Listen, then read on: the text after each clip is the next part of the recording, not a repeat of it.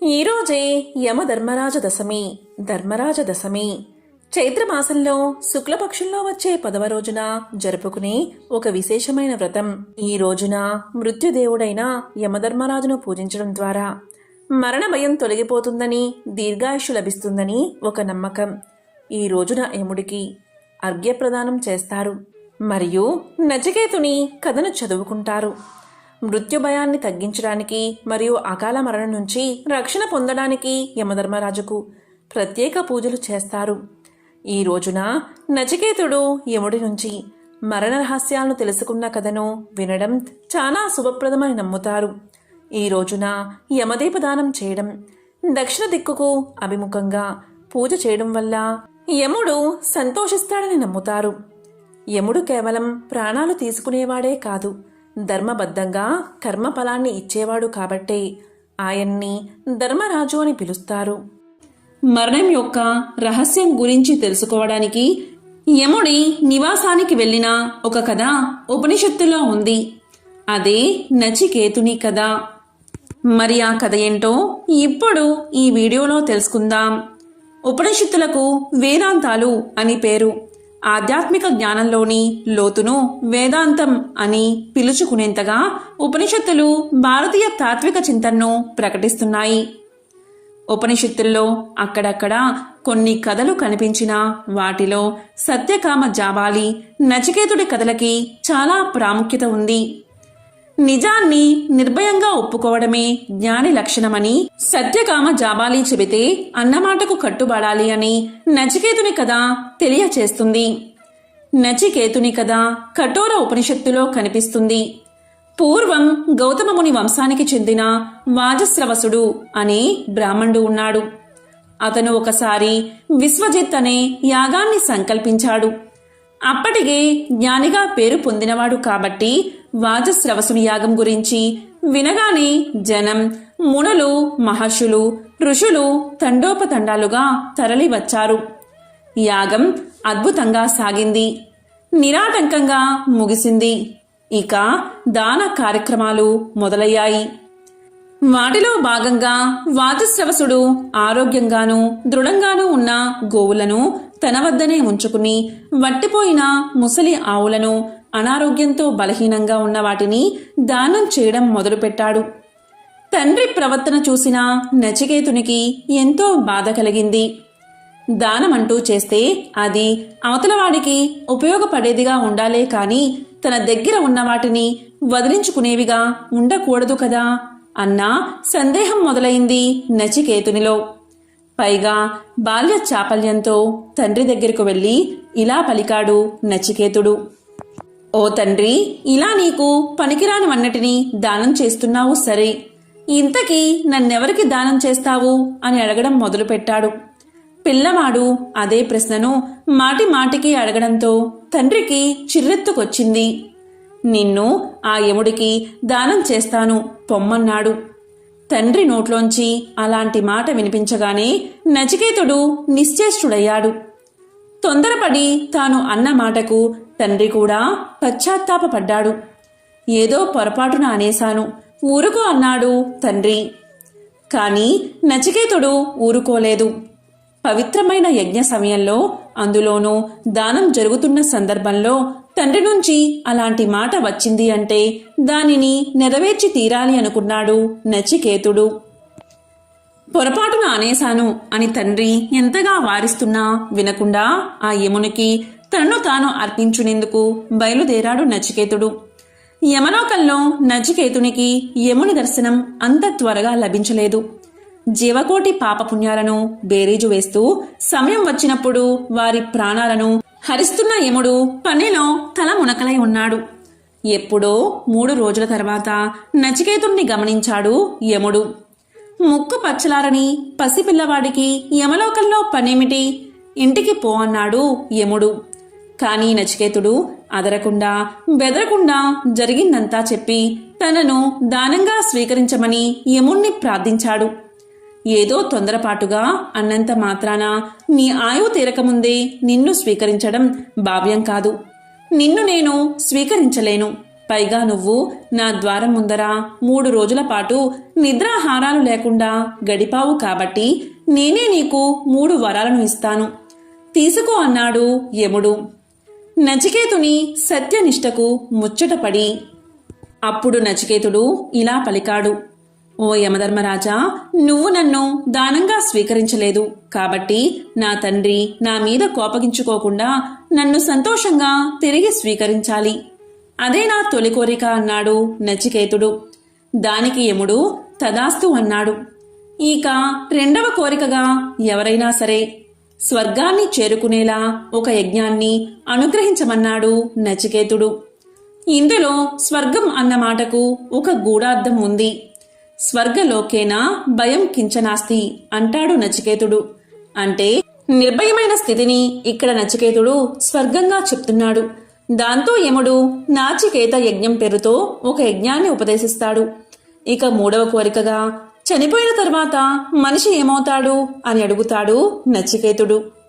తనంతటివాడు ప్రత్యక్షమై కావాల్సిన కోరికలు కోరుకోమంటే నా తండ్రి నన్ను అభిమానించాలి, భయాన్ని జయించే స్వర్గం కావాలి, మరణ రహస్యం తెలియాలి అంటూ ఈ పిల్లవాడు పారమార్థిక కోరికలను కోరడం యముడికి సైతం ఆశ్చర్యాన్ని కలిగించింది. అందుకే నువ్వు చిన్నపిల్లవాడివి, అవన్నీ నీకు చెప్పినా అర్థం కావు.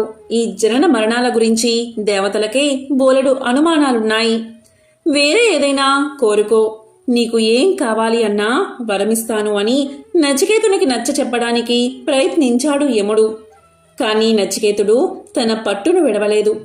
తనకి ఇస్తే గిస్తే ఆ మరజ్ఞానాన్ని వరంగా ఇవ్వమని కోరుకున్నాడు నచికేతుడు. నచికేతుని పట్టుదల, తృష్ణ చూసిన యముడికి ముచ్చట వేసింది. సరే చెబుతాను విను అంటూ యముడు నచికేతునికి ఇలా చెప్పడం మొదలుపెట్టాడు. మీ మానవులు గుడ్డివాళ్లని అనుసరించే గుడ్డివాళ్లలాగా అన్ని భౌతిక సుఖాల్లోనే ఉన్నాయనే భ్రమలో ఉంటారు. తమ కోరికలను చంపుకోలేక పునరావృతమవుతున్న ఆ కోరికలను పూర్తిగా తీర్చుకోను లేక మళ్లీ మళ్లీ భూలోకంలో జన్మిస్తూనే ఉంటారు. నిజానికి ఈ లోకంలో శాశ్వతమైనది ఒక్క ఆత్మ ఒక్కటే. దానిని అశాశ్వతమైన వాటితో ఎలా పొందగలరు అంటూ ఆత్మతత్వం గురించి సుదీర్ఘంగా వివరిస్తాడు యమధర్మరాజు. నచికేత, మనిషికి 2 మార్గాలు ఉన్నాయి. ఒకటి శ్రేయో మార్గం, రెండోది ప్రేమ మార్గం. మొదటిది నివృత్తి మార్గం, రెండోది ప్రవృత్తి మార్గం. మనిషికి నిగ్రహం లేకపోతే జనన మరణ చక్రంలో చిక్కుకుంటాడు. నిర్మలమైన నిగ్రహం ఉంటే జనన మరణ చక్రమనే పునరావృతమయ్యే మార్గం వదిలి అమృతత్వాన్ని అందుకుంటాడు. అలా ఆత్మని అన్వేషించే ఆ అనుభవాన్ని అందుకునే అంతర్ముఖులు ఎక్కడో అరుదుగా ఉంటారు. సృష్టి మొదలైనప్పటి నుంచి ఆత్మ మనసుతో, ఇంద్రియాలతో, బాహ్యమైన వస్తువులతో, బాహ్య ప్రపంచంతో పరిచయం కలిగించుకుంటుంది.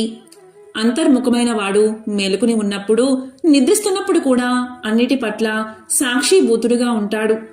తనని తాను తెలుసుకుంటాడు. ఆత్మే అన్నిటికీ ఆధారమని గ్రహిస్తాడు. అది తెలుసుకుంటే అన్ని దుఃఖాల నుండి విముక్తుడవుతాడు. అనంత ఆనంద కేంద్రంలో ఉంటాడు. ఆత్మ అనంత వ్యాప్తం.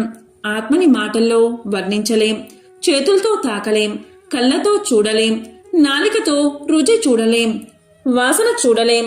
తర్కానికి ఆత్మ అందదు. అది ఆది మధ్యాంతరహితం, రూపరహితం. అది అణువు కన్నా చిన్నది, విశ్వం కన్నా విశాలమైనది. ఈ సత్యాన్ని గ్రహిస్తే మనిషి మృత్యువును జయిస్తాడు అన్నాడు యముడు. ఆత్మ గురించి అంతరంగాన్ని అందేలా చెప్పిన యమధర్మరాజుకి అభివాదం చేసి నచికేతుడు ఇంటి ముఖం పట్టాడు. ఆత్మజ్ఞానం గురించి యముడికి నచికేతునికి జరిగిన సంభాషణే కఠోర ఉపనిషత్తులో ముఖ్య భాగాన్ని వహిస్తుంది. ఇది మరో భగవద్గీతను తలపిస్తుంది. యమధర్మరాజుకు సంబంధించిన మరొక కథను ఇప్పుడు తెలుసుకుందాం. పూర్వం యమునా నదీ తీరంలోని ఓ గ్రామంలో అమృతుడు అనే వ్యక్తి నివసించేవాడు. అతను ప్రతిరోజు నిష్ఠగా యముణ్ణి పూజించేవాడు. తన పాపాలకు ప్రాయశ్చిత్తం చేసుకునేవాడు.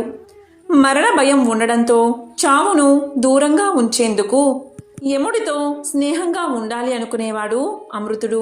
అమృతుడు చేసిన పూజలకు మెచ్చిన యమధర్మరాజు అతన్ని స్నేహితుడుగా అంగీకరించాడు. ఇద్దరూ కూడా ఎంతో స్నేహితులు అయ్యారు. ఒకసారి యమధర్మరాజు అమృతుడితో ఇలా చెప్పాడు: పుట్టిన ప్రతివాడు మరణించక తప్పదు, చనిపోయినవాడు తిరిగి జన్మించక తప్పదు. చావు నుంచి ఎవరూ తప్పించుకోలేరు, ఇదే శాశ్వత న్యాయం అని తెలియచేశాడు. అప్పుడు యముడి మాటలకు అమృతుడు స్పందిస్తూ, యమధర్మరాజా, నన్ను నీ మిత్రుడిగా అంగీకరించినందువల్ల నాకు నువ్వు ఒక చిన్న ఉపకారం చెయ్యాలి అని కోరుతున్నా. అదేంటి అంటే, మరణం అనేది తప్పించుకోలేనిది కదా. అయితే నేను చనిపోయే ముందు నాకు సందేశాన్ని పంపు.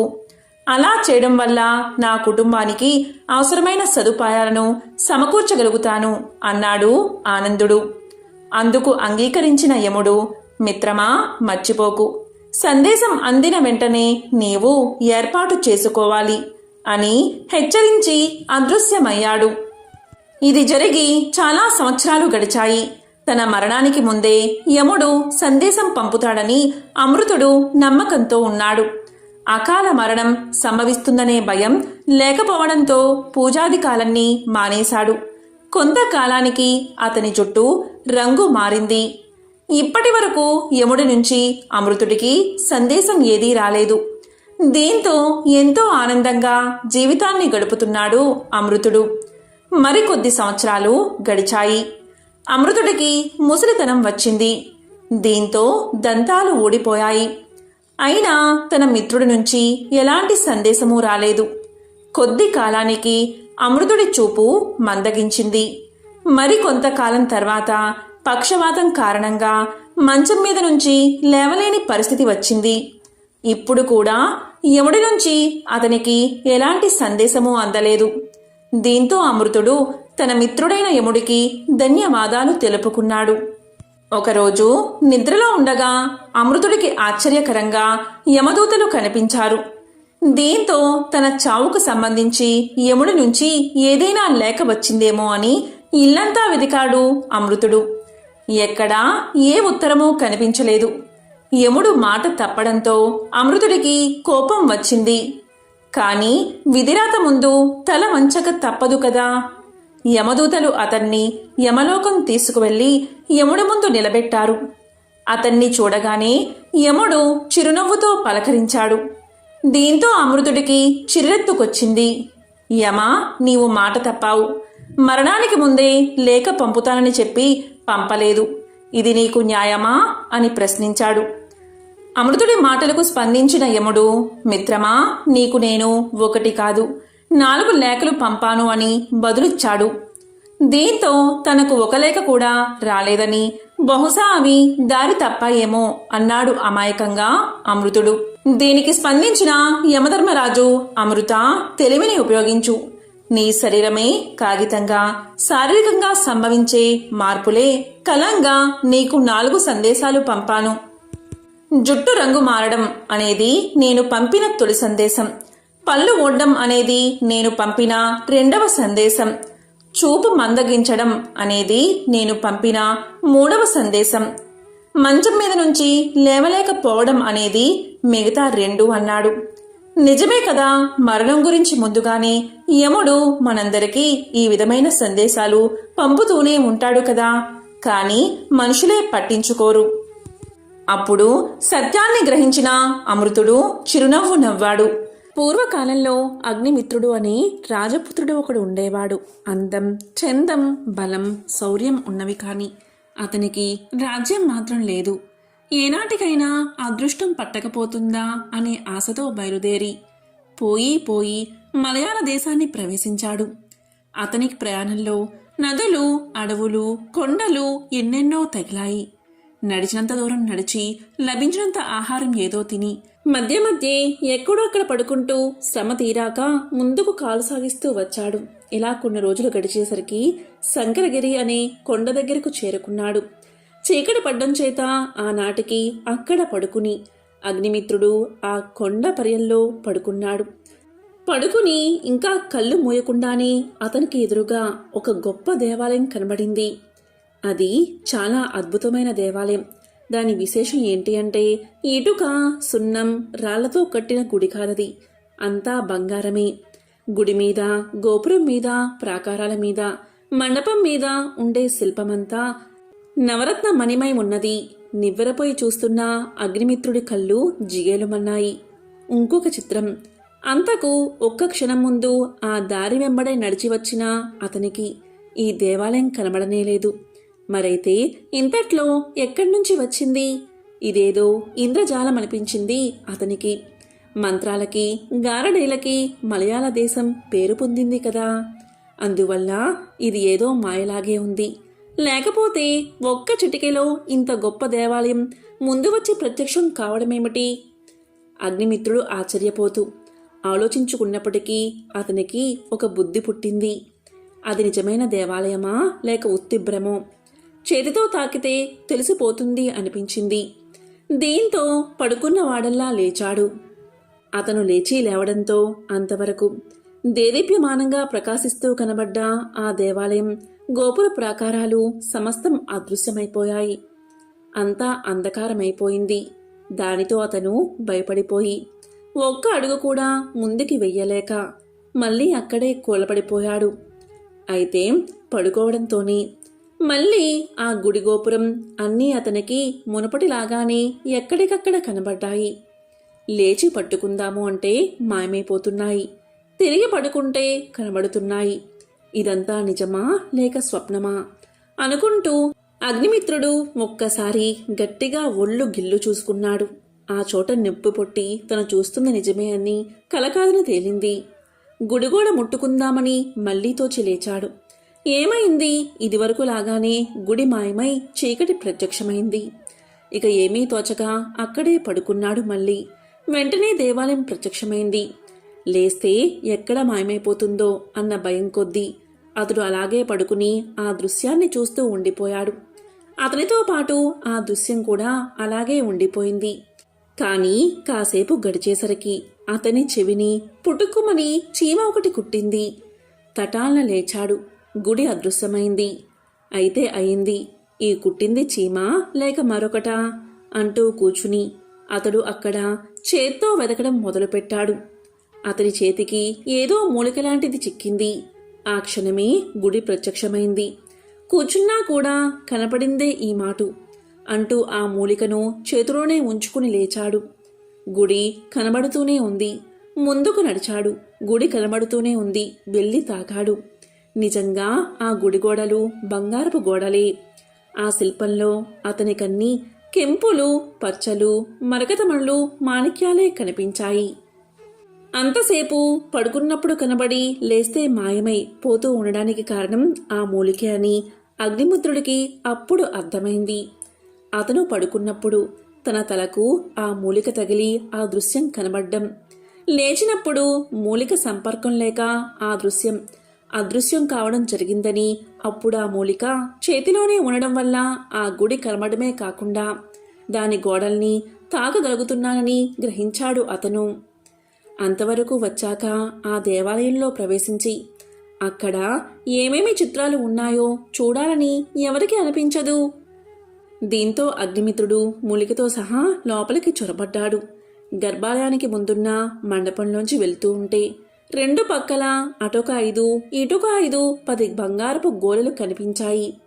ఆ గోలెలు చాలా ఎత్తుగా ఉండి అగ్నిమిత్రుడు బొటనవేళ్ల మీద నిలబడి తొంగి చూస్తే గాని లోపల ఏమున్నదో కనబడింది కాదు. మొదటి గోలెంలో బాతుగుడ్లంతేసి ఎర్రటి కెంపులున్నాయి. ఇంకొక దాంట్లో పచ్చలున్నాయి. వేరొక దాంట్లో గోమేధికాలున్నాయి.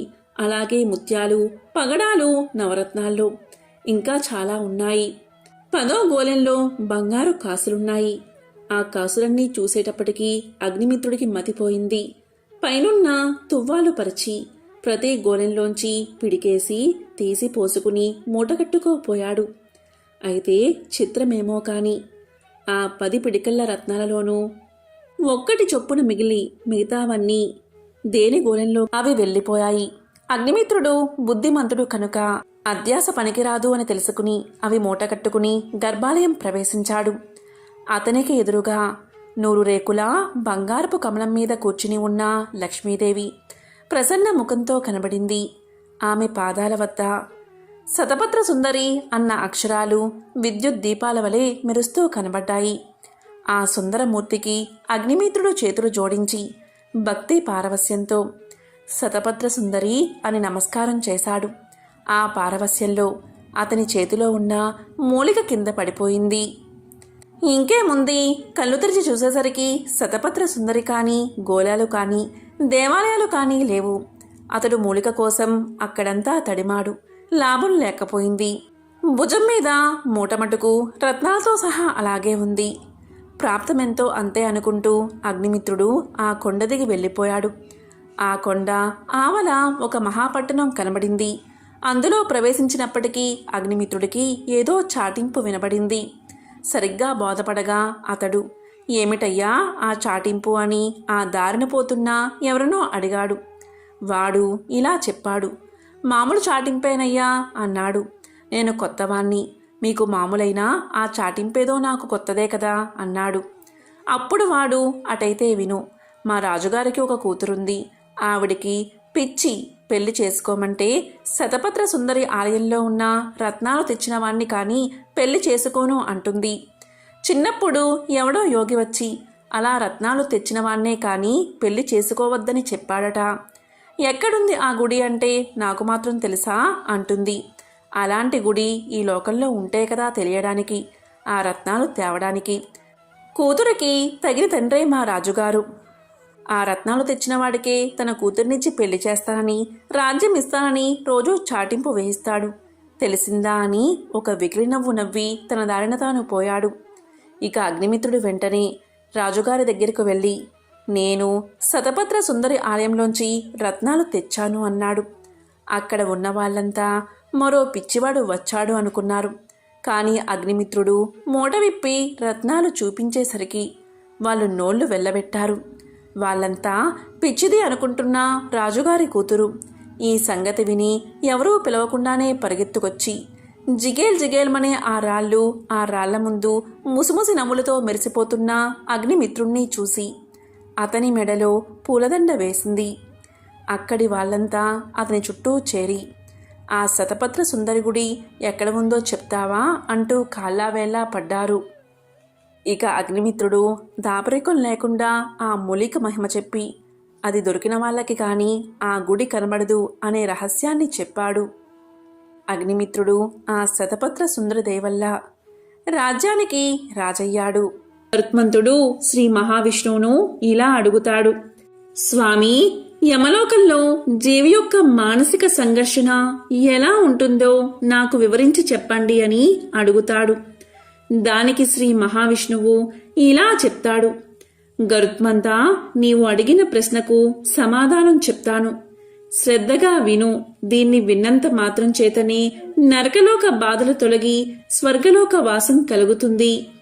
అనేక పాపాలు చేసిన వారు వారి పాప పరిహార మార్గాలు ఆచరించకుండా తమ పాపాలను పెంచుకుంటూ ఒక్క పుణ్యకార్యం కూడా చేయని వారు వారి మరణానంతరం యమలోకానికి చేరుకుంటారు. గరుత్మంతా, పాపులు యమలోకానికి వెళ్లే దారిలో విశ్రమించడానికి కానీ, కాస్త ఆయాసాన్ని తీర్చుకోవడానికి కానీ కనీసం ఒక చెట్టు కూడా ఉండదు. ఆకలికి అలమటించిపోతూ ఉంటే ఏ విధమైన ఆహార పదార్థం కూడా దొరకదు. దారిలో దాహం వేస్తే దాహం తీర్చుకోవడానికి చుక్క నీరు కూడా దొరకదు. యమ మార్గంలో ప్రళయకాలంలో ప్రకాశించే విధంగా 12 మంది సూర్యులు ప్రకాశిస్తూ ఉంటారు. పాపాత్ములు ఆ మార్గంలో వెళ్లేటప్పుడు కొన్ని ప్రాంతాలలో తీవ్రమైన చలిగాలులతో పీడించబడతారు. కొన్ని ప్రాంతాలలో ముళ్ళు గుచ్చుకుంటాయి. కొన్ని దారుల్లో పాములు మీదపడి కరుస్తూ ఉంటాయి. పాపాత్ములైన వాళ్ళకి కొన్ని ప్రదేశాలలో సింహాలు, పులులు, కుక్కలు మీదపడి కరుస్తాయి. మరికొన్ని ప్రాంతాలలో లక్షలాది తేళ్లు దాడి చేస్తాయి. ఇంకొన్ని ప్రదేశాలలో అగ్నిజ్వాలలు శరీరాన్ని దహింపచేస్తాయి. దారిలో కొంత దూరం వెళ్ళాక ఎంతో భయంకరమైన అసీపత్ర వనమని ఒకటి ఉంటుంది. ఇది 1000 యోజనాల విస్తీర్ణంలో ఉంటుంది. ఈ వనంలో కాకులు, గుడ్ల గూపలు, గద్దలు, తేనెటీగలు ఇలా రకరకాల జంతువులతో నిండి ఉంటుంది. ఇలాంటి వనంలో నుండి వెళ్ళే జీవుణ్ణి ఆ కీటకాలన్నీ దారుణంగా కొట్టి బాధిస్తాయి. ఇక యమమార్గంలో గాఢమైన అంధకారంతో నిండిన బావుల్లో పాపాత్ములు పడిపోతూ ఉంటారు. మరొక చోట ఎత్తైన పర్వతాల మీద నుండి కింద పడిపోతూ ఉంటారు. మరొక చోట కత్తులు, మేకులో గుచ్చిన నేల మీద నడిచి వెళ్తూ ఉంటారు. ఇంకొక చోట జలగలతో నిండిన బురదలో నడిచి వెళ్తూ ఉంటారు. ఇలా యమమార్గంలో కొన్ని ప్రాంతాలు నిప్పులతో మండుతూ ఉంటాయి. మరికొన్ని ప్రాంతాలు పొగతో నిండి ఉంటాయి. పాపాత్ములు వీటన్నిటినీ దాటి నడుస్తూ ఉండాలి. ఇక యమమార్గంలో నడిచే పాపాత్ముల మీద రాళ్లతో, నెత్తురుతో వర్షం ధారాపాతంగా కురుస్తూ ఉంటుంది. ఇలా కురిసి కురిసి పాపాత్ములని అనేక బాధలకు గురిచేస్తుంది. అంతేకాదు గరుత్మంతా ఒక చోట ఎత్తైన పర్వతాలు ఎక్కాలి, మరొక చోట లోతైన లోయల్లోకి దిగి నడవాలి, ఇంకొక చోట పర్వత గుహల్లోంచి నడిచిపోవాలి. భయంకరమైన ఆ గుహమార్గంలో ఒక చోట చీము, నెత్తురుతో నిండిన పెద్ద పెద్ద మడుగులు ఉంటాయి. వాటిలో ఈదుకుంటూ ముందుకు సాగాలి. కాబట్టి గరుత్మంతా ఇన్ని బాధలు పడుతూ ఆ పాపాత్ముడు నడుస్తూ తనలో తాను పశ్చాత్తాపపడుతూ ఇలా అనుకుంటాడు, అయ్యో కుమారా, నాకెంత కష్టం వచ్చిందో, ఎన్ని పాపాలు చేశాను నేను అని ఏడుస్తూ పశ్చాత్తాపపడతాడు. ఎంతో గొప్ప పుణ్యకర్మలు చేస్తే కాని మానవ జన్మ లభించదు కదా. అలాంటి మానవ జన్మ లభించినప్పటికీ నేను ఏ పుణ్యకార్యమైనా చెయ్యలేకపోయాను. ఎంతో పాపం చేశాను కదా, నాకింత కష్టం కలిగింది అని పశ్చాత్తాపపడతాడు. అంతేకాదు మరొకడు ఇలా ఆలోచిస్తాడు, నేనెప్పుడూ దాన ధర్మాలు చెయ్యలేదు, హోమం కాని, జపం కాని, తపం కాని ఆచరించలేదు, కనీసం పుణ్యక్షేత్రాలు అయినా దర్శించలేదు. అందుకే నాకీ కర్మ పట్టింది, చేసిన కర్మ అనుభవించాలి కదా అనుకుంటాడు. మరొకడు ఇలా అనుకుంటాడు, నేను జీవితంలో ఏనాడు గంగానదిలో స్నానం చేయలేదు, సత్పురుషుల్ని ఎప్పుడూ సేవించలేదు, పరోపకారం అంటే ఏమిటో కూడా నాకు తెలియదు, అందుకే నాకీ బాధలు వచ్చాయని చింతిస్తాడు ఒకడు. మరొకడు ఇలా అనుకుంటాడు, అయ్యో, నేను జీవించి ఉన్నప్పుడు మనుషులు, పశువులు జీవించడం కోసం నీళ్లు లేని ప్రదేశంలో చిన్న చెరువును కూడా తవ్వించలేదు, కనీసం కుండలో నీళ్లు కూడా పెట్టలేదు, గోవుల కోసం ఆకలితో అలమటించే వాళ్ళకి కొంచెం ధనాన్ని కూడా వెచ్చించలేదు, అందుకే నాకీ నరక యాతన తప్పదు అని ఏడుస్తూ ఉంటాడు. ఒక స్త్రీ ఇలా అనుకుంటుంది, అయ్యో, ఏ రోజైనా ఆవుకు మేత పెట్టానా, ఒక్క పుణ్యగ్రంథమైనా చదివానా, వేదాల్ని, శాస్త్రాల్ని కనీసం నమ్మనైనా నమ్మలేదు, ఒక్క పురాణ కథను కూడా వినలేదు, చెప్పేవారిని గౌరవించలేదు, కాబట్టి నాకీ కర్మ పట్టింది అని బాధపడుతూ ఉంటుంది.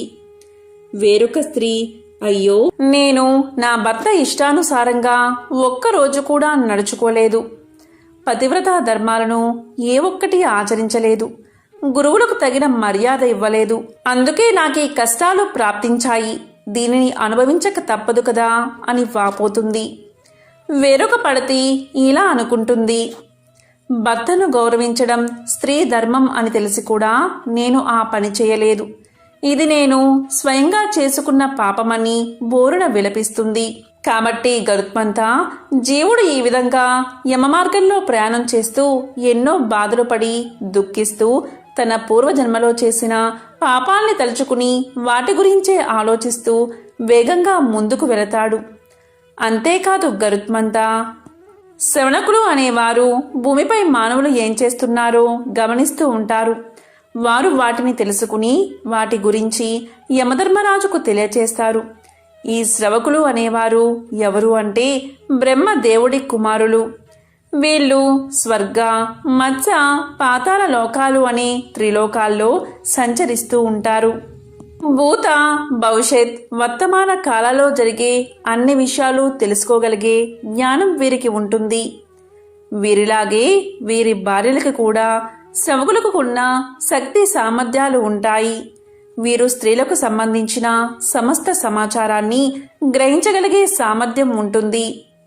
కాబట్టి గరుత్మంతా ఈ శ్రవణకులతో పాటు మానవులు చేసే సమస్త పాపకర్మల్ని వీరు కూడా గమనిస్తూ ఉంటారు. వారు ఎవరు అంటే సూర్యుడు, చంద్రుడు, పగలు, రాత్రి, అగ్ని, ఆకాశం, భూమి, జలం, ఆత్మ, యమధర్మరాజు, ఉదయం సాయంత్రం, ఉభయ సంధ్యలు, ధర్మం. వీరంతా మానవులు చేసే పాప పుణ్యాలను పరిశీలిస్తూ ఉంటారు.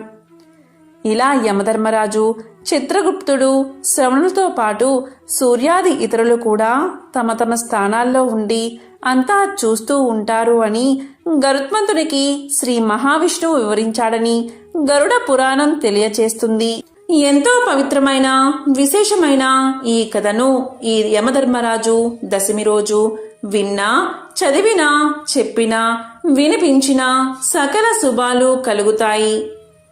జన్మల పాపాలు తొలగి కోటి జన్మల పుణ్యం వస్తుంది. ఓం నమః శివాయ. ఓం నమో నారాయణాయ.